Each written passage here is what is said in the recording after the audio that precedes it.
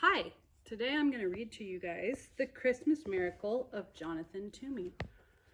This book is written by Susan Wojciechowski and it's illustrated by P.J. Lynch.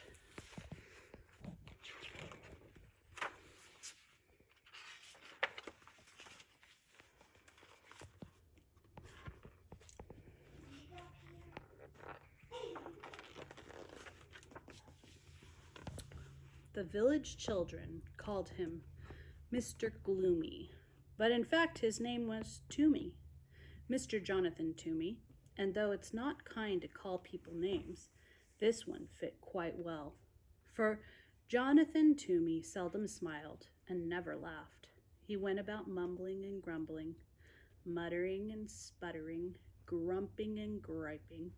He complained that the church bells rang too often, that the birds sang too shrilly, that the children played too loudly. Mr. Toomey was a woodcarver. Some said he was the best woodcarver in the whole valley. He spent his days sitting at a workbench, carving beautiful shapes from blocks of pine and hickory and chestnut wood. After supper, he sat in a straight-backed chair near the fireplace, smoking his pipe and staring into the flames. Jonathan Toomey wasn't an old man, but if you saw him, you might think he was, the way he walked, bent forward with his head down.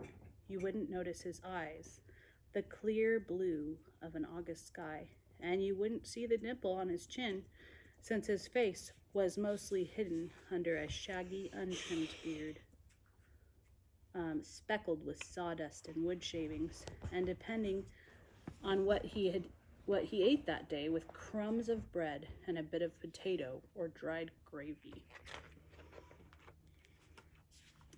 The village people didn't know it, but there was a reason for his gloom, a reason for his grumbling, a reason why he walked hunched over as if carrying a great weight on his shoulders. Some years earlier, when Jonathan Toomey was young and full of life and full of love, his wife and baby had become very sick. And because those were the days before hospitals and medicines and skilled doctors, his wife and baby died 3 days apart from each other. So Jonathan Toomey had packed his belongings into a wagon and traveled till his tears stopped. He settled into a tiny house at the edge of a village to do his wood carving.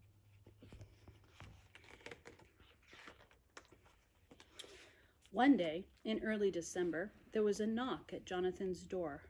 Mumbling and grumbling, he went to answer it. There stood a woman and a young boy. "I am the widow McDowell. I'm new in your village. This is my son Thomas," the woman said. "I'm 7 and I know how to whistle," said Thomas. "Whistling is pish-posh," said the woodcarver gruffly. "I need something carved," said the woman, and she told Jonathan about a very special set of Christmas figures her grandfather had carved for her when she was a girl. "After I moved here, I discovered that they were lost," she explained. "I had hoped that by some miracle I would find them again, but it hasn't happened." "There are no such things as miracles," the woodcarver told her. "Now, could you describe the figures for me?" "There were sheep," she told him. "2 of them with curly wool," added Thomas. "Yes, 2, said the widow, "and a cow, an angel, Mary, Joseph, the baby Jesus, and the wise men." 3 of them, added Thomas. "Will you take the job?" asked the widow McDowell. "I will." "I'm grateful. How soon can you have them ready?" "They will be ready when they're ready," he said. "But I must have them by Christmas. They mean very much to me. I can't remember a Christmas without them." "Christmas is pish-posh," said Jonathan gruffly, and he shut the door. Why doesn't he like it? I'll tell you later.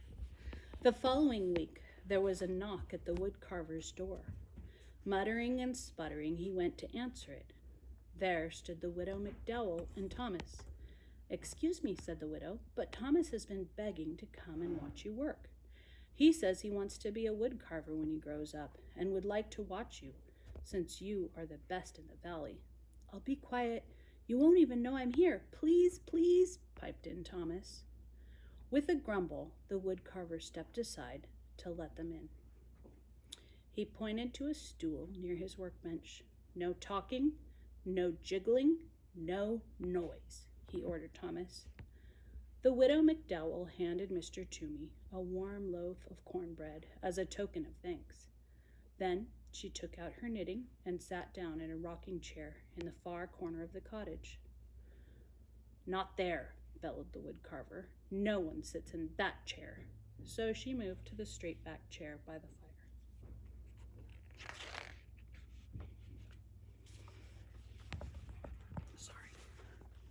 Thomas sat very still. Once, when he needed to sneeze, he pressed a finger under his nose to hold it back. Once, when he wanted desperately to scratch his leg, he counted to 20 to keep his mind off the itch. After a very long time, Thomas cleared his throat and whispered, "Mr. Toomey, may I ask a question?" The wood carver glared at Thomas, then shrugged his shoulders and grunted. Thomas decided it meant yes, so he went on. "Is that my sheep you're carving?" The wood carver nodded and grunted again. After another very long time, Thomas whispered, "Mr. Toomey, excuse me, but you're carving my sheep wrong?" The widow McDowell's knitting needles stopped clicking. Jonathan Toomey's knife stopped carving. Thomas went on, "It's a beautiful sheep, nice and curly, but my sheep looked happy." "That's pish-posh," said Mr. Toomey. "Sheep are sheep. They can't look happy." "Mine did," said Thomas. They knew they were with the baby, Jesus, so they were happy. After that, Thomas was quiet for the rest of the afternoon. When the church bells chimed 6 o'clock, Mr. Toomey grumbled under his breath about the awful noise. The widow McDowell said it was time to leave. Thomas sneezed 3 times, then thanked the wood carver for allowing him to watch. That evening, after supper of cornbread and boiled potatoes, the wood carver sat down at his bench. He picked up his knife. He picked up the sheep. He worked until his eyelids drooped shut.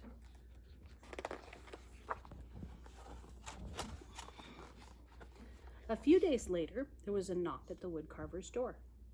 Griping and grumbling, he went to answer it. There stood the widow and her son. "May I watch again? I will be quiet," said Thomas. He settled himself on the stool very quietly, while his mother laid a basket of sweet-smelling raisin buns on the table. "The teapot is warm," Mr. Toomey said gruffly, his head bent over his work. While Mr. Toomey carved, the widow McDowell poured tea. She touched the wood carver gently on the shoulder and placed a cup of tea and a bun next to him. He pretended not to notice, but soon both the plate and the cup were empty. Thomas tried to eat the bun his mother had given him as quietly as he could, but it is almost impossible to be 7 and eat a warm, sticky raisin bun without making various smacking, licking, satisfied noises. When Thomas had finished, he tried to sit quietly. Once he almost hiccuped, but he took a deep breath and held it till his face turned red. And once, without thinking, he began to swing his legs, but a glare from the wood carver stopped him, and he kept them so still they fell asleep.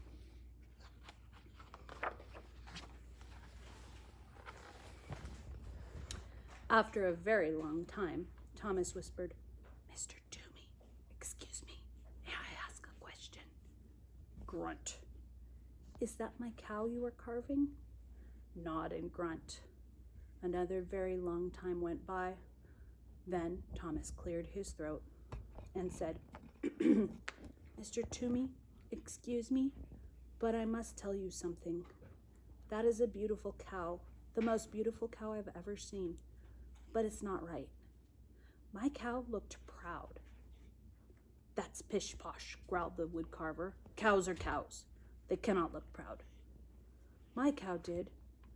It knew that Jesus chose to be born in its barn, so it was proud." Thomas was quiet for the rest of the afternoon.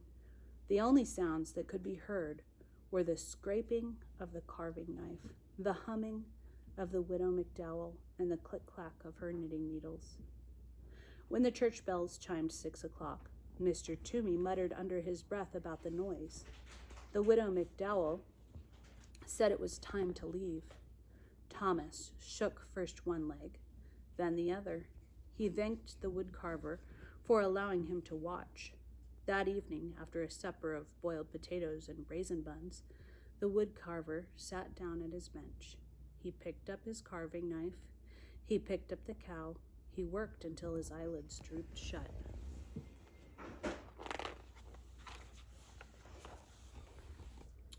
A few days later, there was a knock on the woodcarver's door.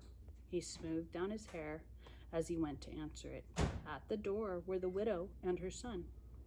"May I watch again?" asked Thomas. As Mrs. McDowell warmed the tea and put a plate of fresh molasses cookies on the workbench, Thomas watched the woodcarver work on the figure of an angel. After a very long time, Thomas spoke. "Mr. Toomey, excuse me, is that my angel you're carving?" "Yes, and would you do me the favor of telling me exactly what I'm doing wrong?" "Well, my angel looked like one of God's most important angels because it was sent to baby Jesus." "And just how does one make an angel look important?" asked the woodcarver. "You'll be able to do it," said Thomas. "You are the best woodcarver in the valley."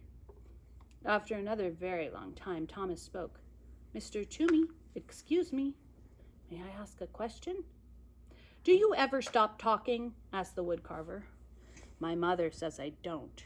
She says I could learn about the virtue of silence from you." Under his beard, the woodcarver's face turned pink. The widow McDowell's face turned as red as the scarf she was knitting.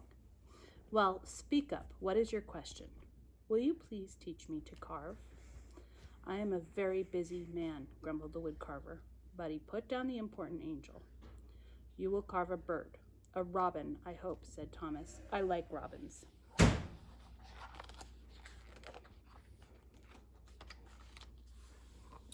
With a piece of charcoal, the woodcarver sketched a robin on a piece of brown paper. He handed Thomas a small block of pine and a knife. He showed him how to lop the corners from the block and slowly smooth the edges of the wood into curves. Thomas copied the woodcarver's strokes, head bent, tongue working from side to side of his lower lip as he concentrated. When the church bells chimed 6 o'clock, Jonathan Toomey was holding Thomas's hand in his, guiding the knife along the edge of the wing. He didn't hear them ringing. The widow McDowell said it was time to leave. Thomas brushed wood shavings from his shirt. Then he reached out and brushed two especially large pieces of wood shaving from Jonathan Toomey's beard. He thanked the woodcarver for teaching him how to carve. Later, after a supper of boiled potatoes and molasses cookies, Jonathan Toomey went to his workbench. He thought for a long time. He sketched drawing after drawing. Finally, he picked up his carving knife. He picked up the angel. He carved until his eyelids drooped shut.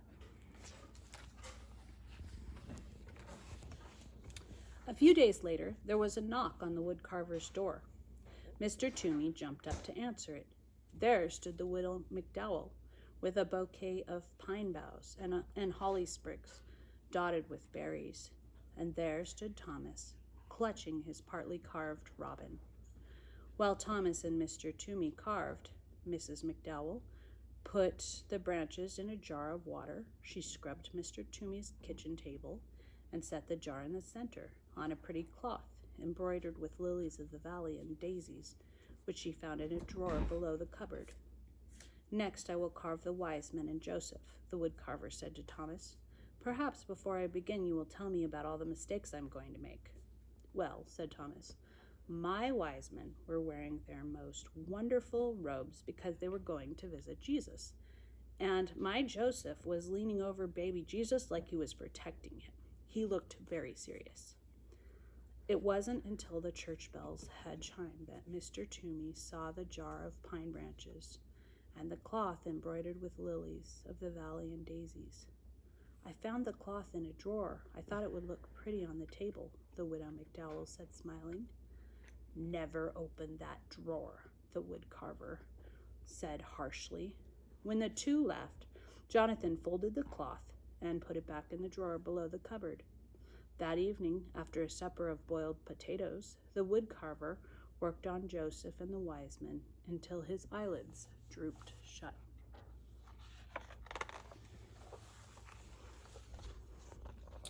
A few days later, there was a knock on the woodcarver's door.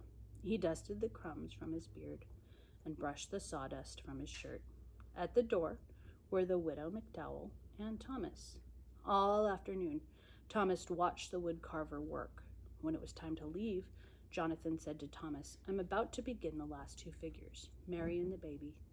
Can you tell me how your figures looked?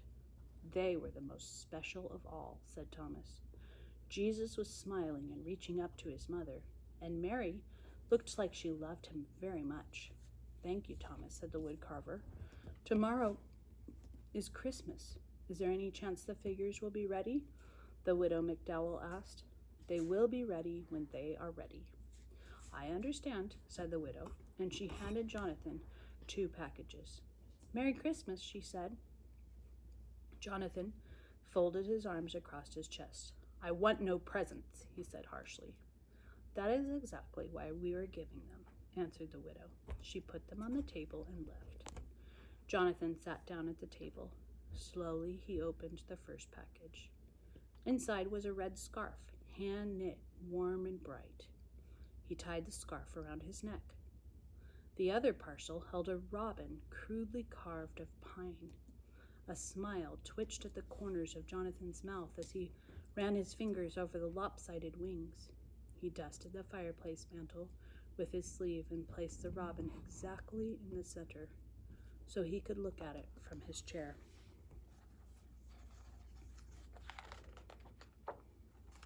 The woodcarver did not eat supper that day. Instead, he began to sketch the final figures, Mary and Jesus. He drew Mary, then wadded the sketch into a ball and tossed it on the floor. He drew the baby, wadded the sketch into a ball and tossed it on the floor. He sketched again. Once more, he crumpled the paper. Soon there was a small mountain of crumpled papers at his feet. He picked up a block of wood and tried to carve, but his knife would not do what he wanted it to do. He hurled the chunk of wood into the fireplace and sat staring into the flames.